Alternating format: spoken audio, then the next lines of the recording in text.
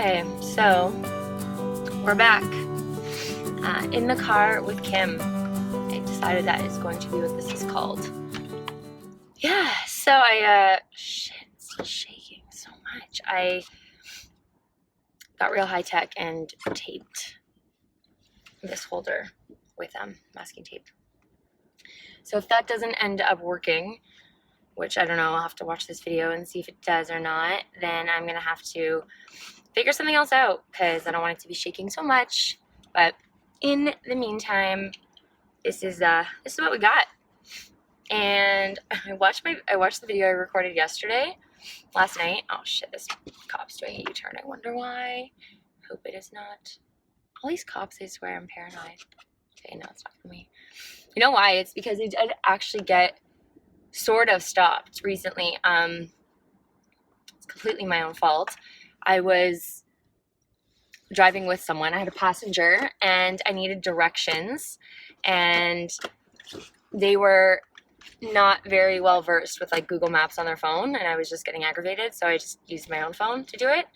And I stopped at a stoplight. I wasn't driving, I was stopped, but the car that just happened to pull up beside me was a Toronto police car, and they like honked and rolled their window down, and they're like, no phone, and kind of yelled at me. And luckily I just like said I'm sorry a million times, and you know, said that my friend's phone wasn't working and whatever. I don't know, we made it something, but I think because I was stopped it was okay, you know. But anyway, so I'm just a little hyper paranoid about that stuff. And I also think like people should not be on their phones while they're driving. It's bad.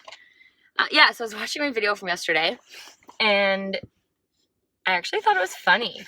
Like, I feel like I would watch it.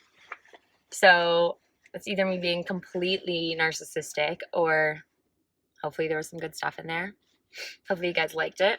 And it's really sunny today, so I'm happy. You know, I like sunny days, but I'm sorry that I have my glasses on and that, you know, we don't get to look each other in the eyes more. But I don't want to crash, so we'll compromise.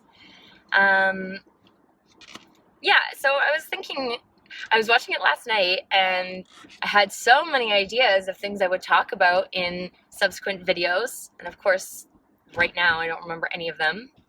But I do remember one thing I was just talking about with someone else yesterday. And it's an interesting topic. This is something that I've thought for a long time, and I think I've always felt a little bit uncomfortable, like going on record or being really public speaking about this type of thing, because there has been stigma associated. But that's almost my point now and why I want to talk about it. So I'm sure many parts of the world, if you are not here with me in Toronto, if you're watching this, many parts of the world are either attempting or already have legalized marijuana to some extent, or at least for medical uses, like medical cannabis. And you know, I myself, I don't smoke weed. It's just not really my thing. Like I have never really found it enjoyable. However, I in no way am against it. Like, I think that, especially for some medicinal purposes, there are a lot of benefits. And I think, you know, like, people get really up in arms when they start talking about legalizing weed or, you know, cannabis, medical marijuana, whatever they want to say. Maybe there actually is real distinction between those words. I don't know. I'm not well versed enough on the subject matter to know. But with this and with many other things, I think we all need to just stop for a second and think. Think about, wow, this truck is really big. Think about why we feel the way we feel. You know, like there have been conditioned responses that we have, well, they're conditioned. So we've learned these responses over many, many decades and a long period of time for kind of silly reasons, you know, like when people say something's unless you're really adamant about the law and things being legal or not legal, like that's one thing. But for someone to get upset about cannabis or weed and be all up in arms because of the drug quality of it.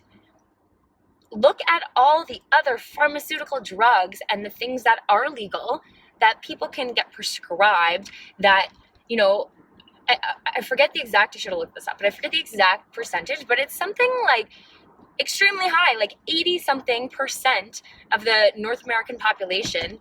I think it's a little bit higher in the US, like that the spread is a little bit more concentrated in the US, but 80-something% of the adult population takes some sort of prescribed medication every single day. Every day. And for all those drugs to be okay because, you know, the man or the government has said they are okay, and then another drug that is natural and has almost no side effects is not okay because that same government said it's not okay, is absolutely ridiculous. So, how we were talking about this, and I feel like I need to bring water or something like when I do these because I'm getting all amped up talking and I need some liquid. Hold on.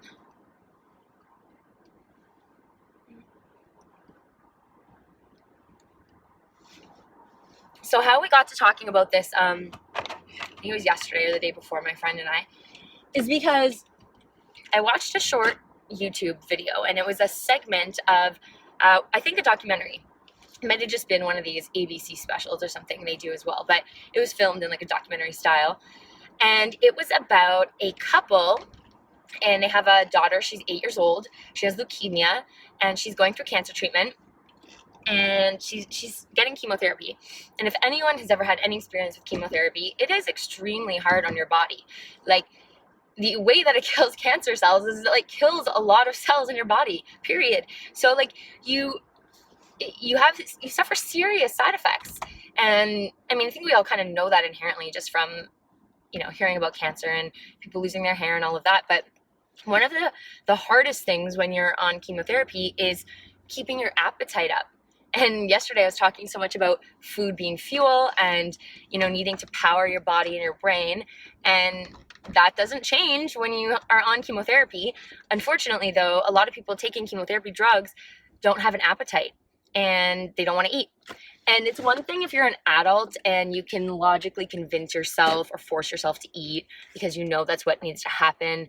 But if you're dealing with a child, and I mean, 8 years old, at least she can talk, but even if you're dealing with a younger child who couldn't even really tell you what was wrong, like that is heartbreaking for a parent. Their kid is not only sick, and now they're on drugs that are making them even more sick, and they won't even do something as simple as eat. And then they are in pain, and they're crying, and they're uncomfortable, they're tired, they can't sleep, or they're tired all the time, and it's just really sad. So this couple, sorry, I don't know why my nose is running so much right now. I'm not sick, but it's just cold.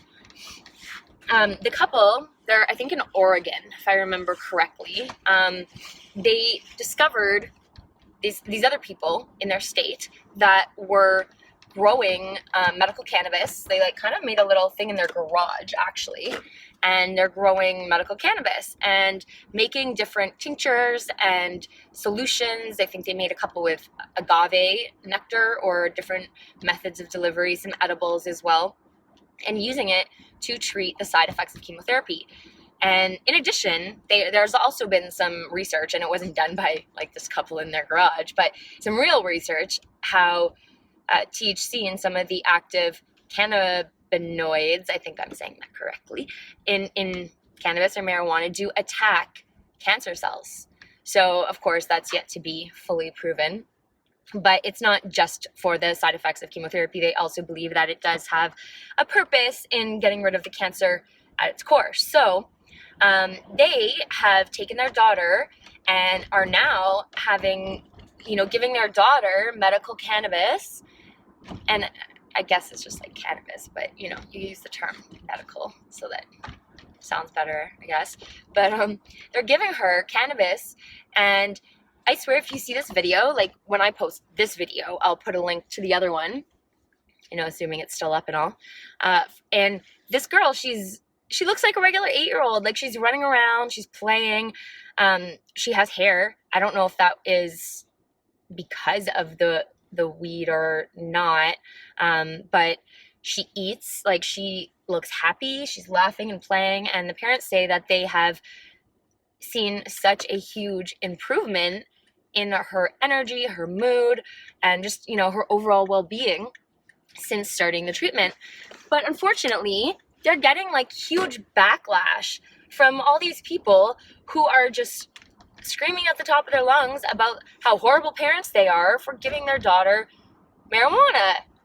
And they actually have a shot in the clip that I watched, and it's like side by side. They have her little goodie basket of all her edibles and her marijuana treatments right beside the like 7-8 bottles of prescription pills she has to take every single day. And nobody seems to care about that. Like nobody is up in arms about this, tiny little 8-year-old girl taking some of the harshest chemical drugs known to man, and everyone wants to complain about her parents just trying to do anything they possibly can to get their daughter feeling well again. Like to me, it is so, like, logically, it just does not make sense at all. It's like, what is actually the worst of these two situations, of these two substances? And there's also in the clip a very young boy. He's I think a year and a half, and he has, I want to say, blood cancer or something pretty devastating. And like, a year and a half year old cannot talk. Like, they can't tell you, well, unless they're a genius, they can't tell you like what's going on, why they're not feeling well, why they're not eating. And not eating is one of the hugest problems in chemotherapy. So they're doing the same thing. They're bringing that one family with the 8-year-old, the dad has some sort of license or card that allows him to distribute alternative therapies and treatments. So the family with the 1.5-year-old brings their son, and he gives him, like, they put infused agave nectar on his soother or pacifier, and the baby eats and he feels better and he laughs and he plays. And again, I personally do not see the harm in this. Like, I think we are looking at this all wrong. It's like, we have sort of been bred as a society, and my generation not as much, but definitely my parents' generation, they were bred as an obedient society. Like, they were bred to, and raised, bred, I don't know why I'm saying bred. They were raised to be obedient. And that was really necessary in their era. Like, there was war that they had just gone through, and they were concerned about more war. And there were, it was the era of manufacturing, and there was a lot of, cogs in the wheel, and they had to just do what they were told and not question authority and not question why. And some of those mentalities are still really prevalent today, but I know some people in my generation, and that's why some of these things are changing. And even the older generations who are, becoming a little bit more in tune, everyone's kind of saying, just because one group or someone has made a decision does not mean it's the right one. And we have a right, as people living in a free society, to question those decisions and question that authority. So if someone's saying, you cannot give cannabis to an 8-year-old, it's like, why not? Why? Like, that's my reason. And that's my answer.